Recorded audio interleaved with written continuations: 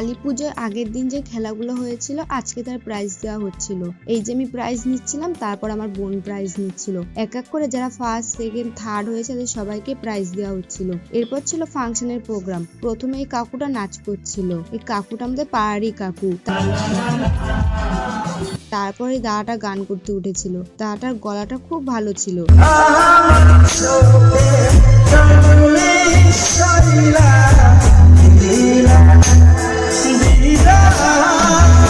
দাদাটা দেখো গান করতে করতে নিচে নেমে এসে আমাদের সাথে নাচও করেছে।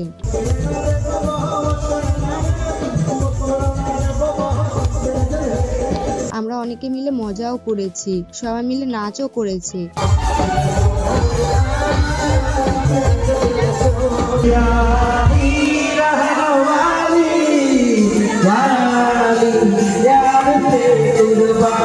এই মাতাল কাকুর অবস্থাটা দেখো। তারপর ফাংশন শেষের দিকে দাদাটা দিদিটা দুজনে ডুয়েট গান করছিল।